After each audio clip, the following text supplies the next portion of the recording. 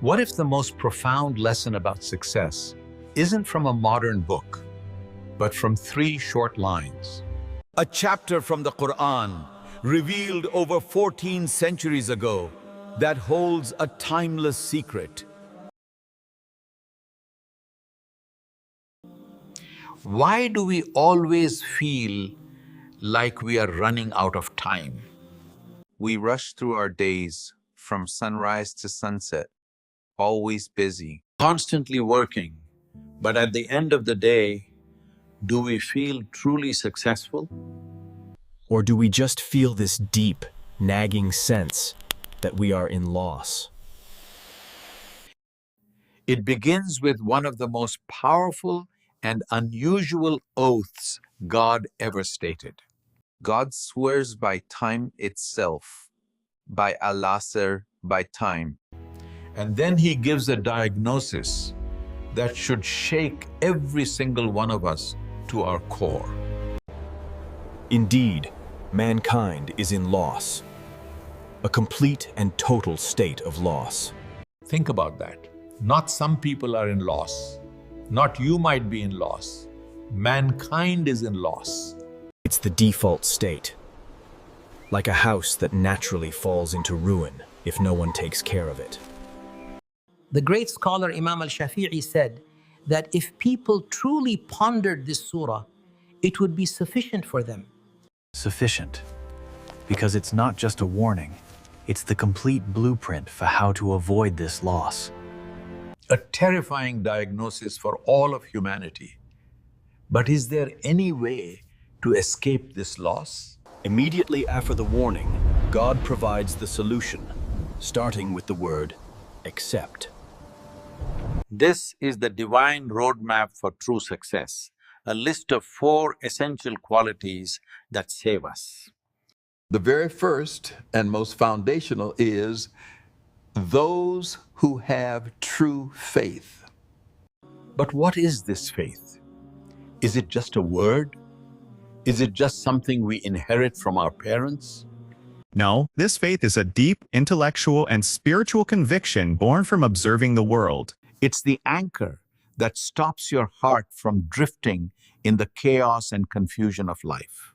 It's the certainty that there is a creator, there is a purpose, and there is a final return to Him. But the surah immediately tells us that this internal faith isn't enough to save us on its own. The second quality builds directly on the first, and who do righteous good deeds.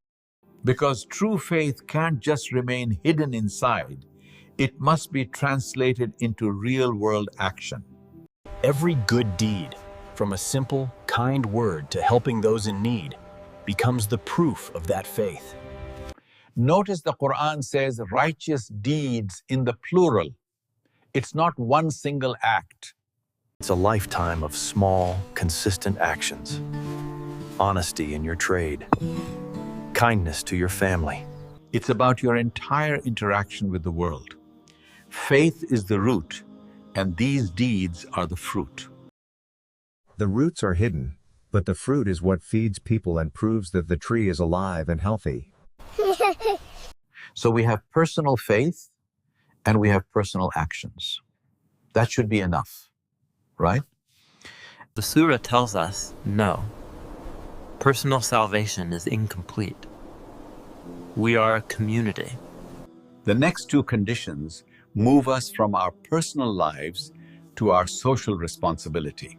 Which brings us to the 3rd condition, and advise one another to the truth. This is so profound. It doesn't say speak the truth, it says advise one another to the truth.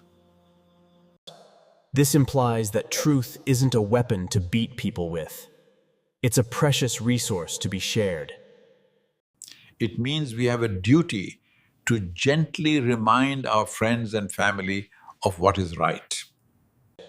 And it also means we must be humble enough to accept the truth when others advise us.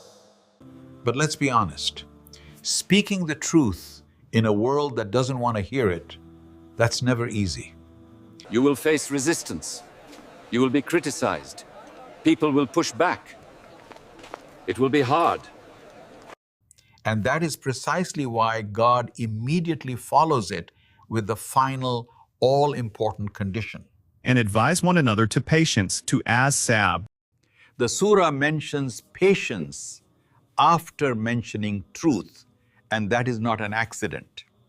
It's teaching us that when you live by faith and you do good and you speak the truth, you will need patience. You will need patience to deal with hardship, patience to resist temptation, patience with people, And patience with yourself, because changing your own bad habits is a long and difficult journey. And once again, it says, advise one another to patience. We are not meant to do this alone.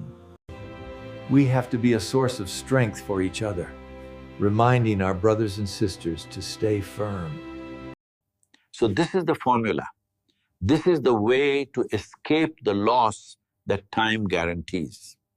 Faith, good deeds, advising to truth, and advising to patience.